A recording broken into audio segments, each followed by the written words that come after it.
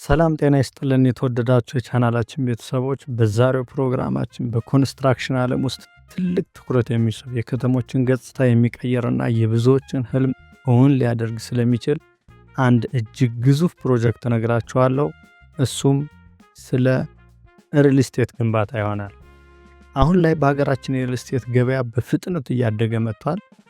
የራስዎ የቤት ባለቤት መሆን ደግሞ የነገ ኑሮ አስተማማኝ ከማድረግም በላይ ከጊዜ ወደ ጊዜ ዋጋው እየጨመረ የሚሄድ ትልቅ የሀብት ማፍሪያ መንገድ እየሆነ መጥቷል። ታዲያ ዛሬ የምናሰላላችሁ የግንባታ ወጪ ለቱ ቤዝመንት ፕላስ ጂ ፕላስ 25 ዘመናዊና እጅግ ውብ ህንፃ ነው። ቪዲዮውን እስከ መጨረሻው ስትከታተሉን የዚህ ፕሮጀክት እውነታዎች፣ የቤቶቹን አቀማመጥና እንዴት የዚህ ቤት ባለቤት መሆን እንደምትችሉ ሙሉ መረጃ ታገኛላችሁ። እስከ ቪዲዮ መጨረሻ አብራችሁን ቆዩ።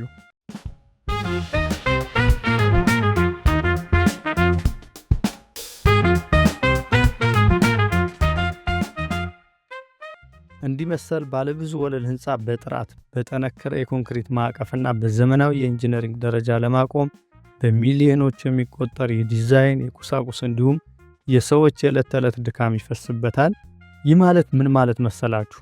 ይህ ፕሮጀክት በቃላት ተነግሮ ከሚያልቅ በላይ ከፍተኛ የፋይናንስ አቅም የተመደበለት፣ ጥራቱ በቁጥጥር የተረጋገጠና ለነዋሪዎች አስተማማኝ ዋስትና የሚሰጥ ህንፃ እንዲሆን ተደርጎ መገንባት ይኖርበታል ማለት ነው። ይህም ህንፃው በጠንካራ የኮንክሪት ማዕቀፍ በዘመናዊ የኢንጂነሪንግ እውቀት ደረጃና ለነዋሪዎች ከፍተኛ ዋስትና በሚሰጥ መልኩ የሚገነባ መሆን ይኖርበታል።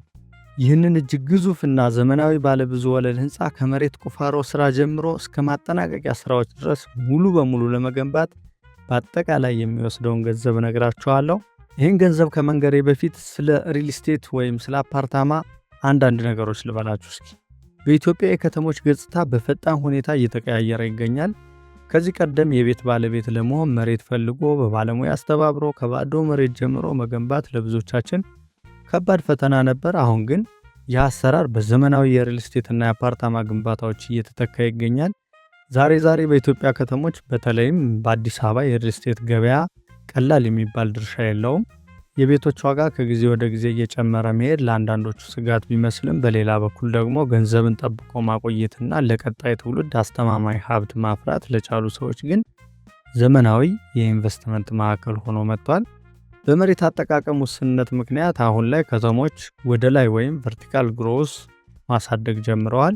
ባለብዙ ወለል አፓርታማ መገንባት መጀመራቸው የቤቶችን እጥረት ከመቅረፍ ባለፈ ዘመናዊ የኑሮ ስብጥርን ወይም ሞደርን ላይፍ ስታይል እያስተዋወቁ ይገኛሉ። ታዲያ በእነዚህ ግዙፍ ህንፃዎች ውስጥ የቤት ባለቤት መሆን ማለት ምን ማለት ነው? ዋጋቸውስ እንዴት ይሰላል? ስለዚህ በቀጥታ ቱ ቤዝመንት ፕላስ ጂ ፕላስ 25 ግዙፍ ህንፃ ለመገንባት የሚያስፈልገንን ወጪ ማስላት እንጀምራለን። በመጀመሪያ ለዚህ ህንፃ የተጠቀምናቸው ዋና ዋና የግንባታ ዕቃዎች መጠናቸውን እንመልከት እስኪ። ሴሌክትድ ማቴሪያል ወይም ባክፊል የሚደረገውን ማቴሪያል ስንመለከት 2602 ሜትር ኪዩብ ያስፈልገናል። ለሃርድኮር የምንጠቀመውን ድንጋይ ደግሞ ስንመለከት 527 ሜትር ኪዩብ ያስፈልገናል። ለማሰነሪ የምንጠቀመውን ድንጋይ ስንመለከት 67 ሜትር ኪዩብ ያስፈልገናል። ሲሚንቶ በኩንታል 116017 ኩንታል ያስፈልገናል። አሸዋ 19361 ሜትር ኪዩብ ያስፈልገናል። 02 ጠጠር 18585 ሜትር ኪዩብ ያስፈልገናል።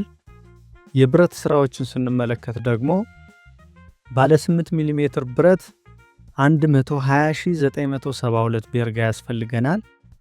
ባለ 10 ሚሜ ዲያሜትር ብረት ደግሞ 101408 ቤርጋ ያስፈልገናል። ባለ 12 ሚሜ ብረት ደግሞ 45229 ቤርጋ ያስፈልገናል። ለባለ 14 ሚሜ ዲያሜትር ብረት ደግሞ 3699 ቤርጋ ያስፈልገናል። ለባለ 16 ሚሜ ብረት ደግሞ 3894 ቤርጋ ያስፈልገናል። ለባለ 20 ሚሜ ብረት ደግሞ 50682 ቤርጋ ያስፈልገናል። ለባለ 24 ሚሜ ዲያሜትር ብረት ደግሞ 18761 ቤርጋ ያስፈልገናል።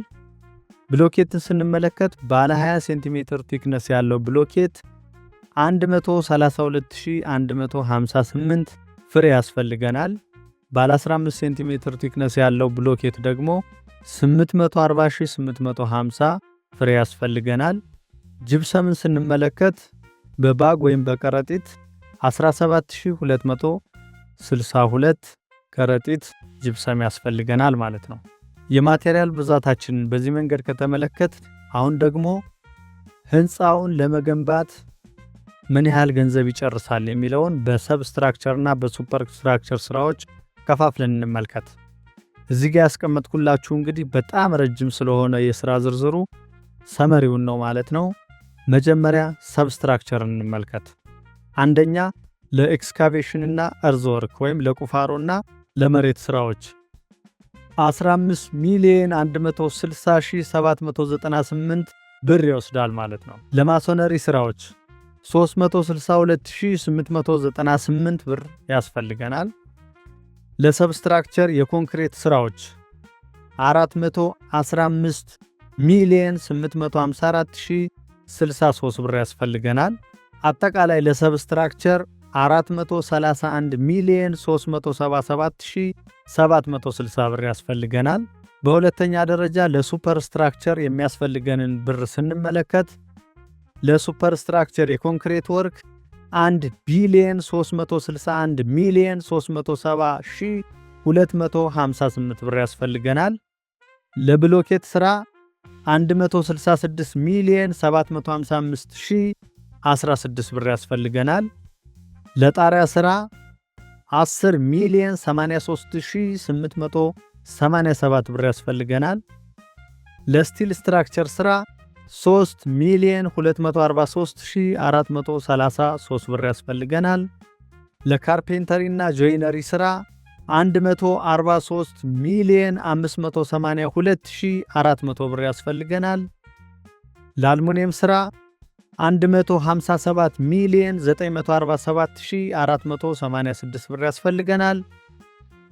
ለልስንና ለማጠናቀቂያ ሥራዎች 568,436,132 ብር ያስፈልገናል። ለቀለም ሥራ 88,725,882 ብር ያስፈልገናል። ለሳኒተሪ ኢንስታሌሽን ወይም የውሃ መስመር ዝርጋታዎች ሥራ 262,400,495 ብር ያስፈልገናል። ለኤሌክትሪካል ኢንስታሌሽን ወይም ለኤሌክትሪካል ሥራዎች 210,710,721 ብር ያስፈልገናል። ለሜካኒካል ኢንስታሌሽን 14,342,623 ብር ያስፈልገናል።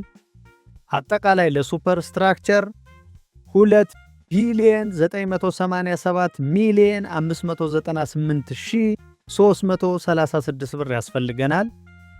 ጠቅላላ ለሱፐር ስትራክቸር እና ለሰብ ስትራክቸር የሚያስፈልገንን ወጪ ስንመለከት 3,418,976,096 ብር ያስፈልገናል ማለት ነው። ቫትን ስንመለከት 512,846,414 ብር ይመጣል። ጠቅላላ ከቫት በኋላ ጠቅላላ ድምሩ ስንመለከት 3,931,822,510 ብር ይመጣል። የመዝናኛ ቦታዎችን ወይም አሚኒቲዎችን ለመስራት የሚያስፈልገውን ወጪ ስንመለከት ከህንፃው ግዙፍ የግንባታ ወጪ ባሻገር አልሚ ድርጅቱ ለተጠቃሚዎቹ ምቹና ፕሪሚየም የሆኑ የኑሮ ልምድ ወይም ላይፍ ስታይል ለመፍጠር ትልቅ ትኩረት መስጠት አለበት። ህንፃው ለነዋሪዎች ማህበራዊ ኑሮ ምቹ የሚደረጉ የመዝናኛ ቦታዎች ኦር አሚኒቲስ ለምሳሌ እንደ ጂም፣ መዋኛ ገንዳ፣ ቤተ መጻሕፍት፣ የመኪና መቆሚያ ቦታ፣ የልጆች ማቆያ፣ የልጆች መጫወቻ ስፍራ እና አረንጓዴ ማረፊያ ቦታዎች ወይም ግሪን ኤሪያስ ብለን የምንጠራቸው ያሉት ነው። ለእነዚህ ዘመናዊ መዝናኛዎች ብቻ ከጠቅላላው የፕሮጀክት በጀት ውስጥ ከ10% ያላነሰ የግንባታ ወጪ ተመድቦለታል። በዚህም ከላይ ያሰላነውን የህንፃውን 10% ለመዝናኛ ቦታ ብንመድብለት 393,182,251 ብር ያስፈልገናል እንደማለት ነው። ቱ ቤዝመንት ፕላስ ጂ ፕላስ 25 ህንፃ ከነ መዝናኛ ግንባታዎቹ ሰርቶ ለማጠናቀቅ ጠቅላላ ከቁፋሮ እስከ ፊኒሽንግ ድረስ ሰርቶ ለማጠናቀቅ 4,325,004,762 ብር ይወስዳል ማለት ነው። ህንፃውን ገንብቶ ለመጨረስ የሚወስደውን የብር መጠን በዚህ መንገድ ከተመለከትን አሁን ደግሞ ህንፃው የሚኖሩት የቤት አይነቶችን እንመልከት እስኪ። በዚህ ግዙፍ ህንፃ ውስጥ የሚኖሩ ቤቶች ምን እንደሚመስሉ እንመልከት። ባለ 1 መኝታ፣ ባለ 2 እና ባለ 3 መኝታ ቤቶች ይኖሩታል። ባለ 1 መኝታ አፓርታማዎች ወይም ዋን ቤድሩም የምንላቸው ካሬያቸው 89.57 እና 97.69 ናቸው። በውስጡ ተስማሚ የሆነ ሰፊ ሳሎን ከነመመገቢያ ቦታው፣ ምቹ መኝታ ቤት ከነሽንት ቤቱ፣ ዘመናዊ ኩሽና፣ ላውንደሪ ክፍል፣ ባልኮኒዎችና ኮሪደርን የያዘ ነው። ባለ 2 መኝታ አፓርታማ የምንላቸው ደግሞ ካሬያቸው ከ105 እስከ 157 ድረስ ናቸው። በውስጣቸው ተስማሚ የሆነ ሰፊ ሳሎን ከነመመገቢያ ቦታ፣ ዋና ምቹ መኝታ ቤት ከነ ሻወር ሽንት ቤቱ፣ ሁለተኛ መኝታ ቤት፣ የጋራ ሻወር ሽንት ቤት፣ ዘመናዊ ኩሽና፣ የሎቢ ቦታ፣ ባልኮኒዎችና ኮሪደርን ያጠቃለለ ነው። ባለ 3 መኝታ ቤት የምንላቸው ደግሞ የሰፊ ቤተሰብ ማረፊያና የቅንጦት ወይም ሌክዠሪ ስሜት የሚሰጥ ዋና የቤት ምርጫ ነው። ካሬያቸው ከ173 ጀምሮ እስከ 248 ካሬ ሜትር ድረስ ይደርሳል።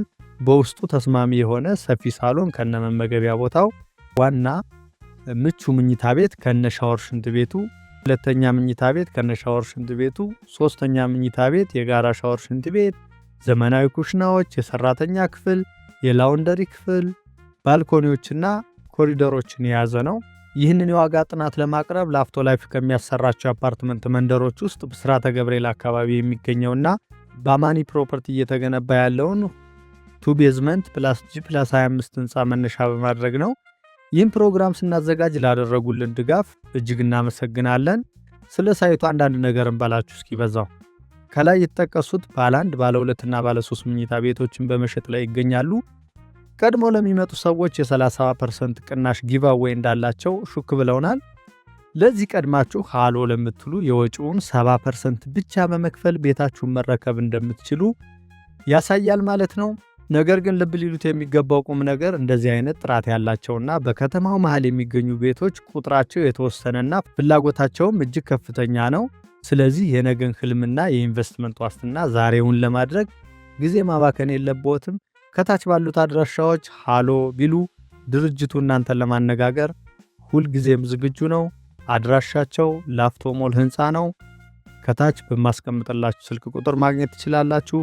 የተወደዳችሁ ተመልካቾቻችን ዛሬ ያየናቸው መረጃዎች እንደሚያሳዩት ይህ 2 ቤዝመንት ፕላስ ጂ ፕላስ 25 አፓርታማ ፕሮጀክት በቃላት የተነገረ ተረት ተረት ሳይሆን በቁጥር በፋይናንስና በኢንጂነሪንግ እውቀት የተደገፈ እጅግ አስተማማኝና መሬት ላይ እየተገነባ ያለ ፕሮጀክት ነው። ውድ ተመልካቾቻችን የነበረን ቆይታ ይህን ይመስል ነበር። ስለተከታተላችሁን እጅግ እናመሰግናለን። ላይክ፣ ሼር እና ሰብስክራይብ እንዳይረሳ። ቀጣይ በሚኖረን ጠቃሚ የኮንስትራክሽን መረጃ እስከምንገናኝ ድረስ ሰናይ ጊዜ ተመኘውላችሁ።